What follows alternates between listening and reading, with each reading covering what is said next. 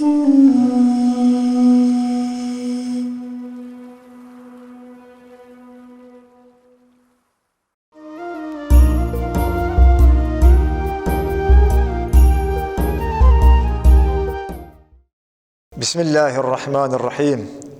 Alhamdulillah, wassalatu wassalamu ala rasulillah. Falënderimi dhe lavdia i takon vetëm Allahut fuqiplot, ndërsa salavatet tona i dërgojmë Muhammed Mustafa sallallahu alaihi wasallam. Paqja, mëshira dhe begatita e Allahut qofshin mbi familjen e pejgamberit alayhis salam, shokët e tij të ndershëm dhe besnik, si dhe mbi gjithë ata që ndjekin rrugën e Allahut dhe sunnetin e pejgamberit alayhis salatu vesselam deri në ditën e gjykimit. Të nderuar vëllezër dhe motra besimtar, Assalamu alaikum wa rahmatullahi wa barakatuh. Paqja, mëshira dhe begatita e Allahut qofshin mbi të gjithë ju. Pasi që jemi në muajin e bekuar të Ramazanit, e lutim Allahun xhalla shanuhu që të na lehtëson dhe të na pranon agjërimin ton dhe të gjitha veprat me të cilat do të mundohemi që ta zbukurojmë dhe ta stolisim këtë muaj të bekuar. Pa humbur kohë, do të mundohem që të jap një mesazh duke këshilluar vetveten dhe juve të nderuar teleshikues me një temë e cila është shumë e rëndësishme për besimtarin, dhe ajo është rreziku, furnizimi nga ana e Allahut dhe shkaqet e tij. Nuk ka dyshim që fjala rrezik do të thotë furnizim, mirë po furnizim nga ana e Allahut fuqiplot. Bile edhe një emër i Allahut xhalla shanuhu në Kur'anin famëlar është Ar-Razzaq, që do të thotë furnizues i madh. Pa dyshim që Allahu xhalla shanuhu është furnizuesi i madh, i gjithëposhtetshëm dhe kur nuk harxhohet apo nuk shterret furnizimi i tij. Prandaj besimtari gjithmonë do të kërkon furnizimin, rizikun dhe bereqetin nga Allahu xhalla shanuhu. Që të meritojmë në rizikun dhe furnizimin e Allahu xhalla shanuhu dhe begatit e tija dhe begatit e tij, duhet që pa dyshim të marrim edhe sebepet apo shkaqet me të cilat Allahu xhalla shanuhu do të jetë i kënaqur dhe do të na furnizon neve me furnizimin e tij të pakufishëm. Prandaj, nga shkaqet me të cilat Allahu xhalla shanuhu neve do të na shton rrezikun ton, janë këta të cilat do t'i përmendim në vijim. E para është devotshmëria, që do të thotë që besimtari të jetë i përpikt të u nënshtrohet urdhnave të Allahu xhalla shanuhu dhe të largohet nga ajo që e ka ndaluar Allahu xhalla shanuhu, sepse thot Allahu fuqiplot në Kur'anin famëlar: "Wa man yattaqillaha yaj'al lahu makhraja wa yarzuqhu min haythu la yahtasib." E ai i cili ka frikë respekt apo i frikohet Allahu xhalla shanuhu, Allahu xhalla shanuhu do t'i bën rrugdalje. Dhe ajo që është më rëndësi, thot Allahu: "Va yarzuqhu min haythu la yahtasib", dhe Allahu do ta furnizon atë nga ai nuk e kujton. Pastaj, nga shkaqet me të cilat Allahu xhalla shanuhu neve do të na shton rrezikun, furnizimin dhe bereqetin ton, është kërkimi i faljes tek Allahu fuqiplot sa më shumë, istighfari si dhe pendimi i sinqert. Allahu xhalla shanuhu në Kur'anin famëlar na tregon fjalët e Nuhit alayhi salatu vesselam, i cili i drejtua popullit të tij duke i thonë: "Kërkoni falje Zotit tuaj, sepse ai është falës i madh." Pastaj Allahu ju zbret shi të bollshëm nga qielli. Allahu xhalla shanuhu u ashton pasurinë dhe fëmijët, u bën juve që të keni kopshte dhe lumen, që do të thotë se për shkak të kërkimit të faljes Allahu lëshon bereqetin dhe rrezikun e tij. Pastaj mbështetja e paluhatshme tek Allahu xhalla shanuhu është një ndër shkaqet që Allahu të lëshon rrezikun dhe furnizimin e tij tek besimtarët.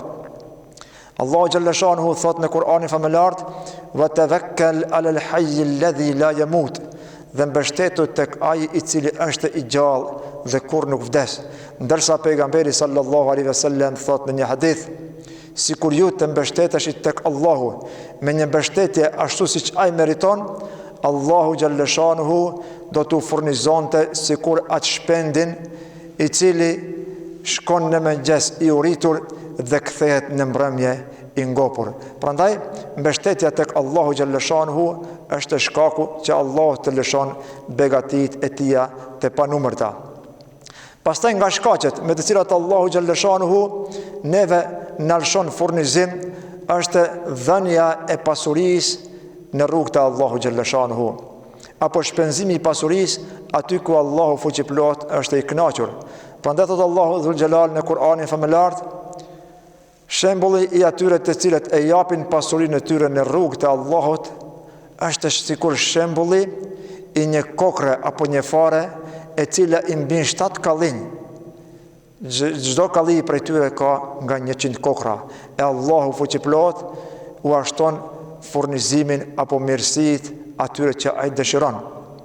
Pastaj, në qoftë se dëshirojmë dhe në qoftë se ne dëshirojmë të meritojmë furnizimin e Allahu Gjallëshanuhu, pa dyshim që duhet të kemi parasysh një shkak i cili është shumë i rëndësishëm dhe ai është mbajtja e lidhjeve farefisnore me të afërmit tanë. Thot pejgamberi sallallahu alaihi wasallam në një hadith, kush dëshiron që Allahu t'i ashton rrezikun e tij, kush dëshiron që Allahu t'i ashton rrezikun e tij, le t'i mbaj lidhjet farefisnore. Prandaj mbajtja e lidhjeve farefisnore në Islam ka rëndësi të madhe për arsye se Allahu Gjallëshanuhu në qoftë se ne i mbajmë lidhjet farefisnore, e duam njëri tjetrin, e vizitojmë njëri tjetrin, atëherë edhe Allahu është i kënaqur dhe lëshon rahmetin e tij. Përndryshe, në qoftë se ne i këpusim lidhjet farefisnore, Allahu Gjallëshanuhu e ndërpret rahmetin, rizikun dhe begatit e shumta që ai ka në madhrinë e tij. Pastaj nga shkaqet me të cilat Allahu neve na furnizon është në qoftë se ne e falenderojmë Allahun Gjallëshanuhu për mirësitë që ai na i ka dhënë. Prandaj thot Allahu në Kur'anin famëlart, la in shakartum la azidannakum, në qoftë se ju falenderoni, ne do t'u ashtojmë mirësitë tuaja.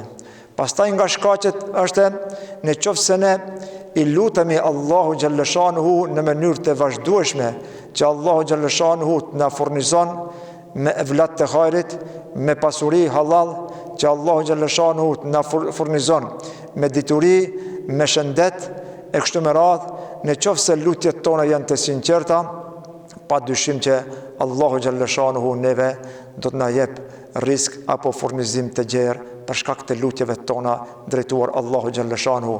Të nderuar vëllezër dhe motra, të mos harrojmë se ndonjëherë Allahu Gjallëshanuhu e ndërpret dhe e largon rizikun dhe begatit e tija nga njerëzit për shkak se në një shtëpi në të cilën nuk përmendet Allahu Gjallëshanuhu, në një shtëpi në të cilën nuk falet namaz dhe nuk lexohet Kur'an, aty Allahu Gjallëshanuhu e largon rizikun dhe bereqetin e tij. Në një shtëpi në të cilën shahet, ofendohet feja, ofendohet pejgamberi sallallahu alaihi wasallam, Allahu e largon mirësitë e tij.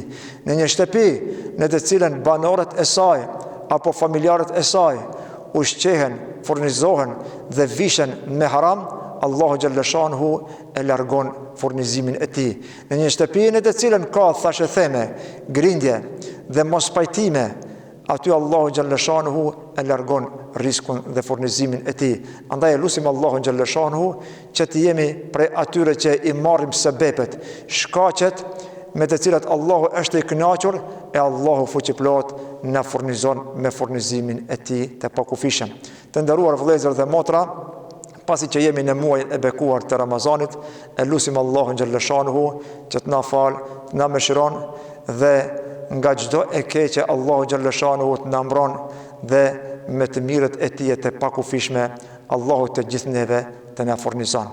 Wa akhiru da'wana anil hamdulillahi rabbil alamin.